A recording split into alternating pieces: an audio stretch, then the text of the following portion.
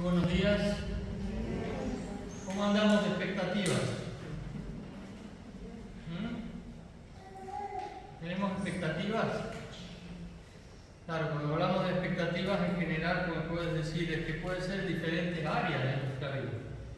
Últimamente se ha instalado en la sociedad, y lo tenéis que reconocer seguramente, como una expectativa de mejor calidad de vida, ¿verdad? Las personas piensan más en qué comen, en qué ejercicios hacen, cómo se relacionan, qué tipo de trabajo tienen, y escogen esto según lo que les produzca o les traiga mayor calidad de vida para ellos. Porque en la calidad de vida también está la cantidad de vida. Y cuando hablamos del término en el área espiritual, es exactamente lo mismo. Y hoy te pregunto, ¿cómo están las expectativas espirituales? ¿Es tu vida una vida que anhela más? ¿Es tu vida una vida que anhela mejor calidad de vida espiritual? Y cuando vamos a la palabra de Dios, vemos aquí en Efesios que nos habla precisamente de esto. Nos habla de ese deseo de tener una mejor calidad de vida espiritual. Cuando vemos el primer capítulo de Efesios, en el primer párrafo, Dios nos habla de bendiciones. Y Pablo agradece a Dios por 3 bendiciones que Dios ya nos ha dado a aquellos que hemos recibido a Cristo en nuestros corazones. Una bendición que hablaba del pasado, hemos sido elegidos. Una bendición que habla del presente, que hemos sido adoptados como hijos suyos. Y una bendición que hablaba del futuro, y que habla del futuro, que Dios va a unificar todas las cosas en Cristo Jesús, y ahí vamos a estar como iglesia reinando juntamente con Él. 3 bendiciones que ya nos ha dado a los hijos de Dios. Y Pablo alaba a Dios por esto, que es una realidad en la vida de aquellos que han aceptado a Jesús como su Salvador personal. Pero cuando comienza el versículo 15, podemos decir este segundo párrafo, lo que Pablo está diciendo aquí no es una alabanza, sino que es una oración, si os habéis fijado. Mirad que dice: por esta causa también yo, habiendo oído de vuestra fe en el Señor Jesús y de vuestro amor para con todos los santos, no ceso de dar gracias por vosotros, haciendo memoria de vosotros en mis oraciones. Dios está orando por aquellos hermanos que estaban en Éfeso, a los cuales Él tenía en su corazón. Y Pablo aquí nos deja una enseñanza muy grande, porque Él combina la alabanza con la oración. Y es algo que realmente nos da equilibrio en nuestra vida espiritual. Hay cristianos que solamente se dedican a la alabanza y se olvidan de la oración, porque dicen: Dios ya me lo ha dado todo, no necesito orar, no necesito entrar suficientemente en su presencia. Y hay otros que se van al otro extremo y no adoran a Dios y solamente se dedican a pedir por más bendiciones que no siempre son espirituales, no siempre son las que Dios quiere para sus vidas. Pero en eso está el desequilibrio de la vida. Y Dios no quiere que polaricemos. Dios lo que quiere es que mantengamos un equilibrio en nuestra vida cristiana. Es necesario que el cristiano adore a Dios cada día y es necesario que el cristiano ore a Dios. Son dos cosas diferentes. Podemos adorar por medio de la oración, pero podemos no orar por medio de la oración. Por lo tanto, debemos mantener este equilibrio de alabanza y oración, de bendición ya recibida y por la cual adoramos a Dios, y de petición, de oración por todo aquello que ya nos ha dado y que nos da ese equilibrio espiritual. Lo que hace Pablo que comience a orar por ellos. Si os fijáis en el versículo, ¿qué nos dice? Porque ha oído acerca de ellos, ha escuchado acerca de ellos. ¿Qué ha escuchado acerca de estos que se reunían en Éfeso en una iglesia? Ha escuchado que estos cristianos, a los que habían predicado primero cristianos judíos, ahora, o judíos que se han hecho cristianos, y también gentiles que han aceptado a Jesús como el Mesías, es que habían oído, dice, la palabra de verdad y habían creído en Cristo. En el versículo 13 lo dice: habiendo oído la palabra de verdad, el evangelio de vuestra salvación, y habiendo creído en él, fuisteis sellados con el Espíritu Santo de las promesas. Estos que habían creído, habían aceptado esa salvación de Dios, son a los que Pablo dedica su oración. Y Dios pone en el corazón de Pablo este deseo de orar por ellos. Pero si bien en el primer párrafo está hablando en forma general por todas las bendiciones que Dios nos ha dado a todos en general, aquí se vuelve más personal y le habla directamente a ellos, ¿verdad? Y les dice que os incorpora en sus oraciones. Pablo había incorporado en su vida de oración a aquellos de los cuales él había oído que creían también en Jesús. Y qué importante es nosotros no orar solo por nosotros mismos. Cuando tenemos el punto o el centro del mundo en nosotros mismos, entonces todo lo demás se desarmoniza. Cuando ponemos la mirada en Dios y ponemos la mirada también en los demás, es cuando Dios nos da a nosotros lo que realmente necesitamos.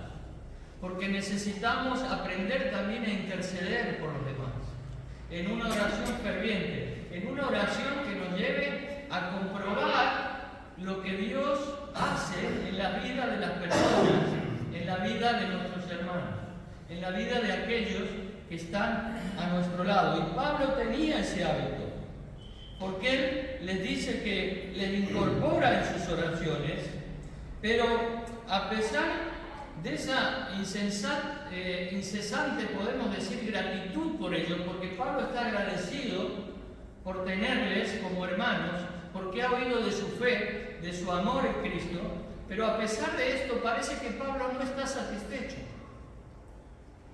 Pero ¿cómo puede ser? ¿Cómo puede ser que Pablo no esté satisfecho si ha oído todas las cosas buenas de estos hermanos? ¿Qué está pidiendo entonces por ellos? ¿Qué necesita añadir a sus vidas? ¿Qué necesitan ellos añadir a sus vidas si todo lo que se habla de ellos es bueno? Y nosotros podemos estar viviendo una vida, entre comillas, buenas en términos espirituales, pero eso no es suficiente. Eso no es suficiente. Muchas veces la falta de expectativa espiritual nos hace dormirnos, nos hace estancarnos, nos hace frenarnos y perdemos la motivación en Dios. ¿Por qué? Porque hemos bajado nuestro nivel de expectativa. Pensamos que Dios es siempre el mismo y que no necesita que nosotros nos relacionemos de una manera diferente con Él cada vez, profundizando más en esa relación. Que nos basta con ese tipo de relación que tenemos, con esos hábitos que tenemos, con esas costumbres que tenemos. Y no tenemos expectativas de seguir aumentando nuestra calidad de vida espiritual. Pero Pablo aquí ora precisamente por esto, para que estos hermanos de Éfeso tuviesen la comprensión de entender la necesidad de tener una mejor calidad de vida espiritual, aunque ya se había oído de su amor y de su fe en Jesucristo como buenos hermanos en Cristo. No pide para que reciban más bendición. No está pidiendo esto Pablo. Pablo está pidiendo para que puedan apreciar lo más posible la bendición que ya han recibido. La bendición que ya tienen en Cristo Jesús. Y qué importante es esto. Qué importante es esto en nuestras vidas. Que podamos profundizar en lo que Dios ya nos ha dado. Que podamos profundizar en lo que Dios es para nosotros. que no nos contentemos con lo que ya hemos recibido, sino que tengamos la expectativa de conocer cada día más a Dios en nuestra vida. Y esto es lo que Pablo está deseando para estos hermanos. Fijaros que dice el versículo 18, 17 y 18. Para que el Dios de nuestro Señor Jesucristo, el Padre de gloria, os dé espíritu de sabiduría y de revelación en el conocimiento de Él, alumbrando los ojos de vuestro entendimiento, para que sepáis cuál es la esperanza a la que Él os ha llamado y cuál es la riqueza de la gloria de su herencia en los santos. La clave de estos versículos es lo que Pablo está diciendo aquí, para que sepáis. Para que sepáis. ¿Acaso no sabían? Sí sabían, pero no era suficiente. No era suficiente para su vida. Pablo está deseando que crezcan más en su relación con Dios. Pablo está deseando que su vida espiritual sea de mejor calidad todavía. Aunque ya saben, necesitan saber más. Necesitan conocer más a Dios.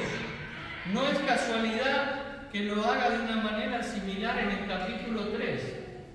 En el versículo 18, también Pablo remarca esto y les dice la necesidad o la capacidad de comprender que tienen como hijos de Dios. Y luego también lo hace en Colosenses 1:9 y en Filipenses 1:9. Estas tres cartas que son paralelas, que tienen mucho paralelismo, tanto en estructura como en contenido, Pablo remarca en las tres cartas esta necesidad de los hijos de Dios y les hace hincapié en esto. Por lo tanto, no debemos pasar por alto el énfasis de Pablo. Como hijos de Dios, no debemos tenerlo en menos lo que está diciendo Pablo. Para que sepas, te está diciendo el apóstol Pablo, para que sepas que, y ahora lo vamos a ver, creer, porque creer en Cristo no es solamente salvación. Como sabemos, la vida cristiana comienza con el creer, pero continúa con el creer. El creer no es un momento puntual en nuestra vida, sino que es algo constante y continuo en nuestra vida. Y podemos decir que crecer en ese conocimiento espiritual es indispensable para vivir una vida de santidad. Acuérdate de esta frase. Crecer en conocimiento espiritual es indispensable para vivir una vida de santidad. No podemos vivir una vida de santidad sin conocimiento espiritual. ¿Por qué? Porque cuando más profundizamos en las verdades de Dios y más vivimos esas verdades, más transformados somos a la imagen de Jesucristo. Y cuando más transformados somos a la imagen de Jesucristo, más santos somos, porque Cristo es santo. Por lo tanto, no puedes pretender vivir una vida de santidad por tus propias fuerzas. No puedes pretender apartarte para Dios del pecado por tus propias fuerzas, por tus propias capacidades naturales. Es necesario el conocimiento espiritual de Dios. Es necesario crecer en esa relación personal con Dios. Porque el conocimiento por el que Pablo ora no es solamente un conocimiento intelectual. Para que sepáis, no es simplemente entender con nuestra mente. Lo que Pablo está diciendo para que sepáis es que aquel que entiende, aquel que comprende, lo pone en práctica. Lo pone en práctica en su vida. Cuando estamos hablando aquí de conocimiento, se refiere al conocimiento que añade a la comprensión la experiencia. No podemos decir que conocemos a Dios y sabemos solamente toda la Biblia de memoria, ¿verdad?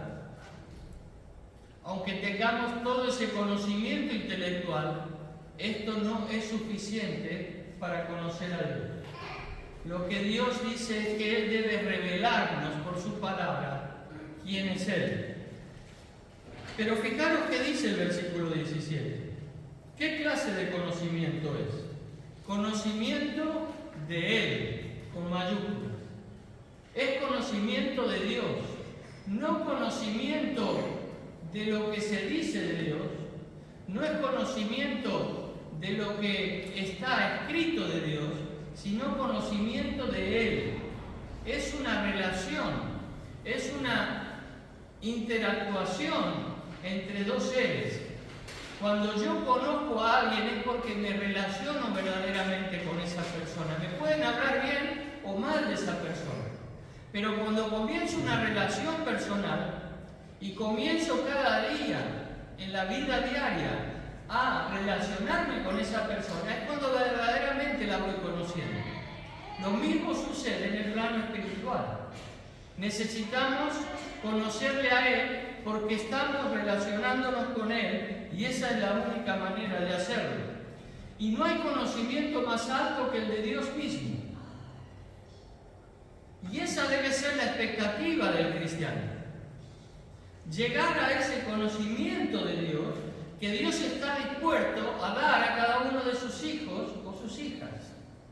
No hay ambición mayor que conocer a Dios.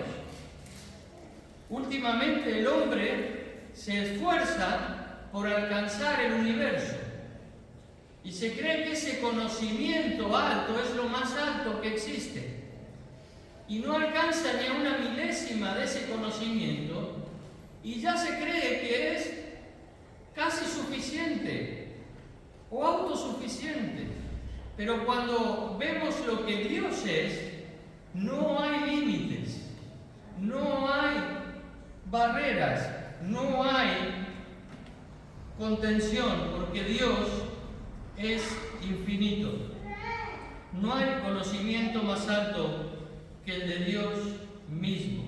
Y ese conocimiento es imposible lograrlo con un esfuerzo humano. No podemos sino alcanzar las estrellas, pero alcanzar a Dios con un telescopio es imposible. Cuando vamos a la palabra de Dios nos dice que es solo por revelación. Cuando el Señor Jesucristo estaba en este mundo y estaba con sus discípulos, les dijo que tenían que ir a la cruz y en un momento dado le dijo: Pedro, tú eres el Hijo del Dios viviente. ¿Y qué le dijo Jesús? Bienaventurado eres, Simón, hijo de Jonás, porque esto no te lo reveló ni carne ni sangre, sino mi Padre que está en los cielos. Era imposible para Pedro haberlo aprendido, sino que Dios era el que únicamente podía revelarse. Y Jesús lo reconoce así. Lo mismo pasa en nuestra vida diaria. Si quieres que Dios te revele a tu vida, debes pedírselo a Dios. Debes orar por eso. No solamente alabar, no solamente pedir por dificultades, por problemas o circunstancias que te suceden, sino tener la expectativa de que Dios te va a revelar verdaderamente quién es Él. Porque Dios es un Dios personal.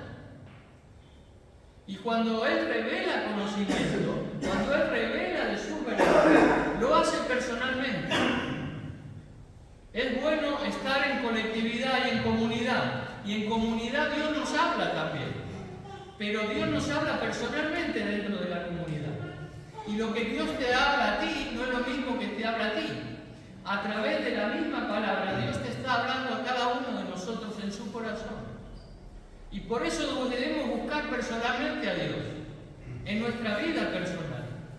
Y esta es nuestra necesidad. La filosofía, fijaros, lo que se basa es en el conocimiento del hombre, ¿verdad? Conócete a ti mismo. para luego relacionarte en este mundo. Pero lo que es la palabra inspirada que procede de Dios es la única que puede decir: conoce a Dios.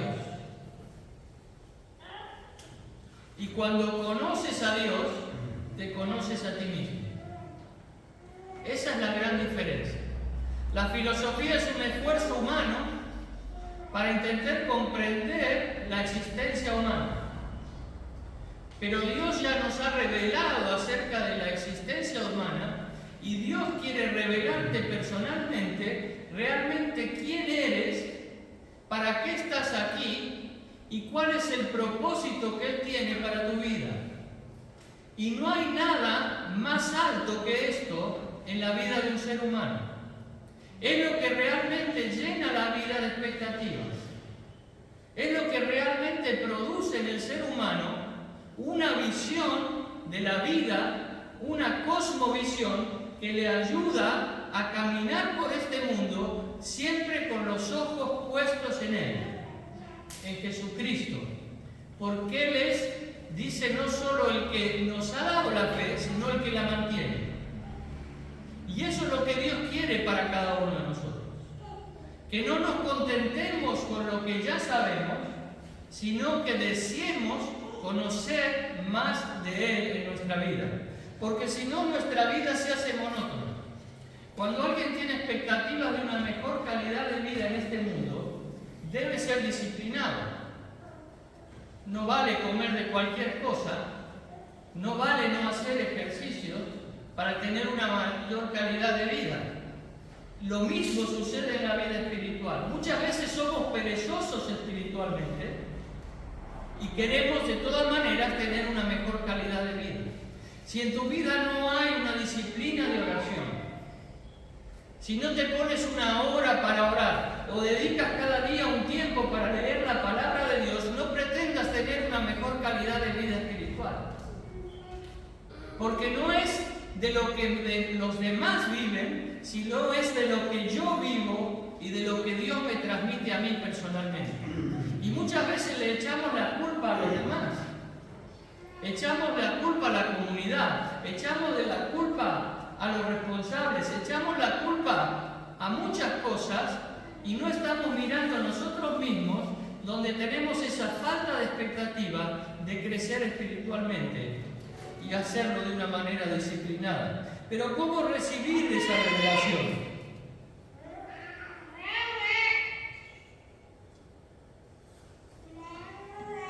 No es que podamos pedir a Dios que nos dé otra vez el Espíritu Santo, ¿verdad? Pablo lo dice en el versículo 13 que hemos leído: porque habiendo creído en Él, fuisteis sellados con el Espíritu Santo de la promesa. Me entristece mucho cuando oigo, que se ora para recibir el Espíritu Santo. Porque no es verdad. Aquel que ha creído ya tiene el Espíritu Santo. Lo que necesitamos es que el Espíritu Santo ocupe el lugar que se merece en nuestra vida, que no esté apagado en nuestra vida. Pero el cristiano ya ha sido sellado por la promesa del Espíritu Santo. Y esa es una oración que debemos también aprender a hacer. No recibir el Espíritu Santo porque ya lo tengo, sino que Dios me llene de su Santo Espíritu. ¿Estás orando por esto? ¿Estás orando para ser lleno del Espíritu Santo? ¿Estás orando para estar en plenitud del Espíritu Santo en tu vida, ocupando todas las áreas de tu vida? ¿O estás guardando un área de tu vida para ti mismo y dices, no, esta parte me la guardo para mí mismo, porque aunque quiero que Dios me bendiga, no estoy deseando la plenitud del Espíritu Santo? Es imposible. Es imposible. Es una falta de equilibrio en Dios. Y no podemos tener una mejor calidad de vida espiritual si no nos llena el Espíritu Santo en nuestra vida. Él es el único, que dice de Jesús, que nos va a llevar a toda verdad. Es el único que tiene función de hacerte conocer más de Cristo. Él os hablará de mí mismo, les dijo Jesús a los discípulos antes de ir. Por lo tanto, debemos pedir ser llenos del Espíritu Santo. Debemos pedir la plenitud del Espíritu Santo, para que Dios nos llene de capacidades espirituales, de dones espirituales, para seguir siendo útiles para Él y para tener una mejor calidad de vida espiritual. Debe ser una de nuestras primeras oraciones, tener esa expectativa de ser llenos del Espíritu Santo. Cuando vamos al versículo 18, nos dice que alumbrando los ojos de vuestro entendimiento para que sepáis cuál es la esperanza a la que Él os ha llamado y cuál es la riqueza de la gloria de su herencia en los santos. Esta traducción de la Reina Valera podemos decir que no es tan exacta a la original. Es más exacta otras versiones como la Nácar Columna, incluso la versión nueva, donde está aquí. Fijaros que dice: pido también que les sean iluminados. ¿Qué dice? ¿Qué dice? Léalo. Para que sepan. No dice el entendimiento, dice los ojos del corazón. La versión inglesa también lo traduce así: los ojos del corazón. Qué bonita frase, ¿no? Los ojos del corazón. ¿Tiene ojos el corazón? Cuando la palabra de Dios habla de corazón, ¿de qué habla? No solo habla de mente, sino habla de todo el ser. Habla de la mente, pero también habla de los sentimientos, de las emociones, de lo que vivimos. Es decir, de todo nuestro ser. Abarca más que entendimiento. Cuando hablamos de los ojos del corazón, y está hablando Pablo aquí, que se han iluminado los ojos del corazón. Por eso el título del mensaje de hoy es crecer con el corazón iluminado. Qué importante es que nuestro corazón esté iluminado. ¿Y qué significa esto? ¿Qué significa que nuestros corazones deben estar iluminados? Lo dice aquí, porque lo dice alumbrando los ojos de vuestro entendimiento. O dice, pidiendo también, Pablo pedía por esto, que les sean iluminados los ojos del corazón. ¿Para qué? ¿Para qué necesitamos que nuestro corazón sea iluminado? Míralo. ¿Para qué? Para que sepan. ¿Qué decíamos al principio? ¿Qué decía Pablo al principio? Lo importante es que sepamos. ¿Cuánto sabemos? Poco en relación a lo que Dios es. Necesitamos que Dios nos revele. Necesitamos que Dios ilumine los ojos de nuestro corazón, de nuestro ser. ¿Para qué? Para saber. Por lo tanto, no podemos saber si los ojos de nuestro corazón no son iluminados. No son iluminados. Por lo tanto, necesitamos saber, pero para que podamos saber, necesitamos iluminación. ¿Y quién es el que nos da iluminación? El Espíritu Santo. El Espíritu Santo. Cuando somos o estamos aún sin Cristo y Dios ilumina nuestro corazón por primera vez, ¿qué comprendemos? ¿Qué sabemos? Sabemos que Cristo es Dios.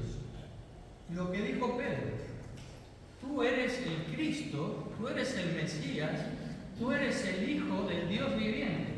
Tú que estás en carne y hueso delante de mí, eres Dios mismo, dijo Pedro. Y cuando el Espíritu Santo nos revela por primera vez algo de Dios, nos está diciendo esto.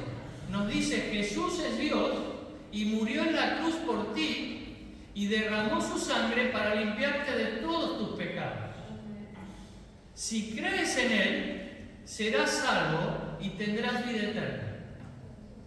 Esa es la primera revelación. Pero no basta con esa primera revelación. Por eso decía que la fe no es un momento puntual, sino es una constante en nuestra vida. Necesitamos seguir creyendo para seguir creciendo. Y esta es otra frase para guardar. Necesitamos seguir creyendo para seguir creciendo. Y me van a decir, yo ya creo. Pero no es solamente un creer teórico, es cuando estás en el día a día y dices, Señor, esto yo no lo puedo solucionar, pero creo que tú sí. Y no voy a hacer nada hasta que no vea cómo lo solucionas. Eso es fe. Y esa es la fe que nos ayuda a crecer. Esa es la fe que nos mantiene en expectativa de ver cómo obra Dios y de relacionarnos con Dios. Esa es una fe que aumenta nuestra calidad de vida espiritual. Porque me estoy basando en la promesa de Dios, que Dios dice, yo estaré contigo siempre. Y yo digo, Señor, tú lo has dicho, por lo tanto, como es tu palabra, yo la creo. Y por lo tanto espero en ti. No hay nada que yo pueda hacer, no hay nada que yo pueda añadir, no hay ningún esfuerzo personal que me valga, porque solo confío en tu poder. Y eso es la expectativa de una mayor calidad de vida. Pero también es porque ya conozco la promesa de Dios. Fijaros, y es el Espíritu Santo el que me ha revelado esa promesa de Dios y esa verdad, y la he creído anteriormente. No surge así, como un milagro. He ido a la palabra de Dios, he aprendido la palabra de Dios, y basándome en la palabra de Dios, mi expectativa de que eso se haga realidad en mi vida sigue vigente. Y cuando llega el momento, es entonces cuando digo, sí, Señor, yo realmente creo en tu palabra. Cuando recibimos esa primera verdad, no es la única, decíamos, porque debemos seguir recibiendo verdades de Dios. Dios está deseoso de revelarnos su verdad y quién es Él, constantemente a sus hijos. Fijaros, una de las cosas que más me gustan, o de los documentales que más me gustan, son los de el océano. Lo habéis visto, ¿verdad? Qué hermoso es. Se dice que de lo que menos el hombre conoce de la tierra es el fondo marino. Es un mundo inimaginable para el ser humano. Llegar a esas profundidades todavía no se ha llegado a la mayor profundidad. Es imposible. Se han usado diferentes artilugios, pero todavía no se ha llegado a la mayor profundidad del mar. Pero cuando vemos que esos buzos penetran en la profundidad, muchos comentan que es como una adicción que se crea. ¿Por qué? ¿Y por qué lo hacen? Porque tienen una expectativa. ¿Y cuál es esa expectativa?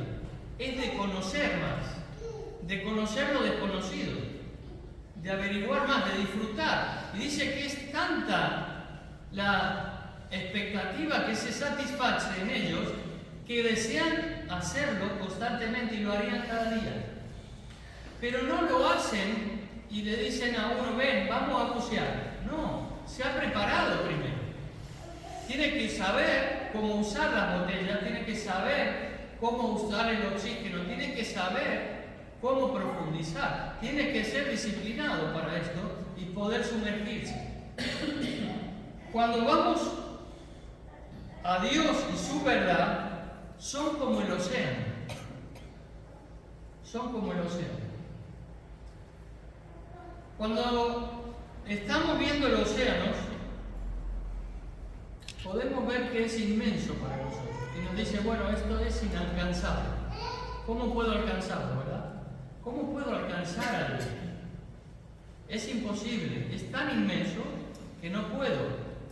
Y entonces,